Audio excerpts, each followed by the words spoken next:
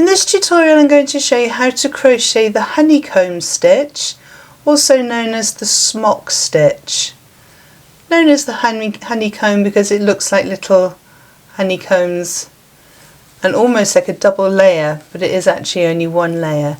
It's a very thick, dense fabric that's created, making it ideal for anything that you want to put hot things on, or if you want to make something that is super warm. So if you wanted to make a hat with this, it would be a super warm hat.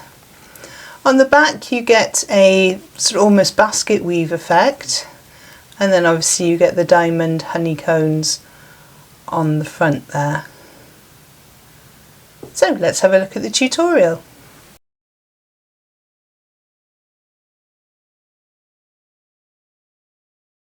For this tutorial I'm using a Stylecraft Aran and a 5mm crochet hook. You can use whichever yarn you like as long as you have a corresponding hook size. For example, if you're using a DK yarn you would have a 4mm and so on. You may wish to use a stitch marker at some point if somebody knocks on your front door. You need scissors to cut off your ends and a yarn needle for sewing in your ends. So we're going to start off with a foundation chain. So make a slip knot. You can do this in whichever way you prefer. And we're going to chain an odd number of chains. So you yarn over and pull through the slip knot. That would be 1, 2, 3, 4, 5, 6, 7. I'm going to go up to 21. So pause the video now whilst you make your foundation chain. So I have my 21 chains, and we're going to start working in the second chain from the hook. So we don't count the one on the hook. So 1, 2, and in there we're going to do a double crochet. That's UK terminology. In US terminology it would be a single crochet. So we insert into the chain, yarn over and pull through a loop. You should have 2 loops on your hook, yarn over and pull through 2. Insert into the next chain, yarn over, pull through 2 loops on your hook, yarn over and pull through 2. So our foundation row is going to be a row of double crochets. So pause the video now whilst you put a double crochet in each of your chain stitches, and I'll see you in a moment. So there I have row 1 complete. So I started with 21 chains. I now have 20 double crochets in my first row. My second row I'm going to chain 1. The chain 1 doesn't count, so we're going to be working in that very first stitch there. Again we're going in with a double crochet. Remember that's UK terms, in US you're doing single crochet. So make your double crochet, and again in the next stitch, and we're going to work a double crochet into each stitch all the way down the row, making sure that we have 20 stitches at the end of the row. So pause the video now whilst you complete row 2. So just come to the end of row 2 there, so you want to make sure that you still have the same number of chains, 1, 2, 3, 4, 5, 6, 7, 8, 9, 10, 11, 12, 13, 14, 15, 16, 17, 18, 19, 20.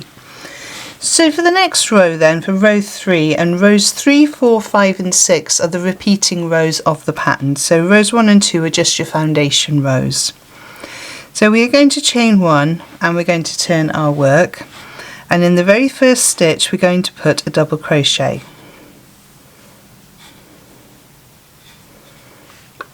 In the next stitch we're going to work an extended double crochet or an elongated double crochet, and that double crochet is going to be worked 2 rows below. So there's 1, 2, so we're going in just above where the chains are, and we're going to insert, yarn over, pull back through, pull up the yarn so it's nice and level, and then complete your double crochet.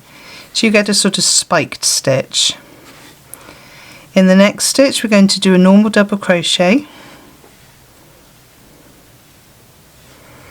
and in the next stitch we're going to go 2 rows down and do an elongated double crochet. So you insert, yarn over, pull through, pull up that loop so it's nice and in line, yarn over and complete your double crochet.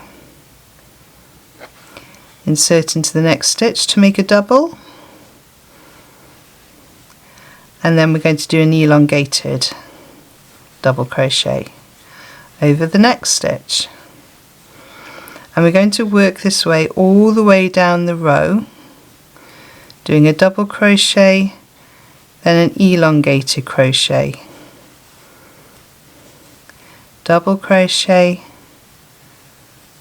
elongated crochet, elongated double crochet. So you'll end up with this sort of spiked stitch all the way down your row. So pause the video now as you complete to the end of the row, and I'll see you at the end. So all being well there, you should have finished with an elongated double crochet in the last stitch of the row.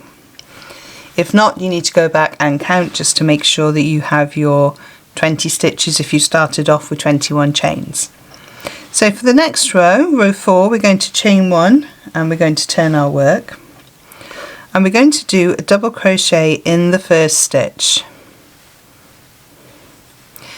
Now you will notice that we now have these spikes which have now formed V's. So on one side they're a spike, but on the back you have V's. Over the next stitch we're going to be doing a double crochet 2 together, but we're going to be using the last V of one stitch and the first part of the V on the second stitch. So you go under the last loop and then under the first loop, yarn over, pull back through those 2 loops, then complete your double crochet. And then in the next stitch, which should be between the V's, you're going to do a double crochet. Then we're going to do the double crochet 2 together underneath the V's. So there's the first V, there's the second, there's the first, there's the second. So we're going under the second of one and under the first of another, yarn over, pull back through both, yarn over and pull through 2, and now you're getting this sort of very long V. Double crochet between the V's, and then the double crochet 2 together under those stitches there. And we're going to do this all the way down the row. So you double crochet between the V,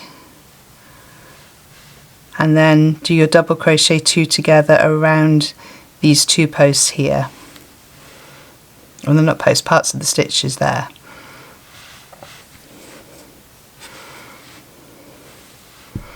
So continue down the row and I will join you at the end of the row. So at the end of our row then, we've got 1 stitch left and we're just going to put a double crochet in that stitch. So for row 5, I'm going to chain 1, I'm going to turn our work, and we're going to start off with the extended double crochet this time. So we're going to work into this stitch here, making sure we pull up our loop, and then the next stitch is going to be a double crochet. Then we do an extended,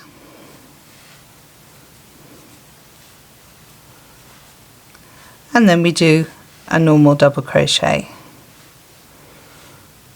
extended, and a double crochet.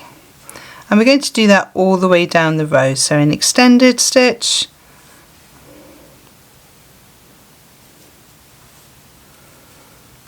and then just a normal double crochet in the next stitch. So continue down the row and I'll meet you at the end of this row. So I've come to the end of my row and I'm going to put a double crochet in that very last stitch. and what you'll find is you've created another row of V's on the opposite side. So for row 6 we're going to chain 1 and turn our work, and we're going to start with a double crochet in that very first stitch and in the second stitch, so the one between the V's. Then we're going to do the modified double crochet 2 together. So we go under the last loop of that V and under the first one, yarn over, pull back through and finish off the double crochet. Double crochet between the V's and then the double crochet 2 together, stitch. Double crochet between the V's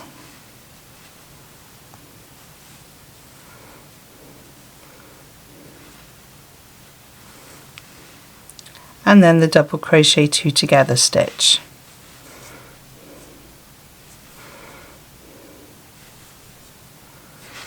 And we're just going to work all the way down that row, doing the double crochet between the V's and then the double crochet 2 together, stitch around those V stitches.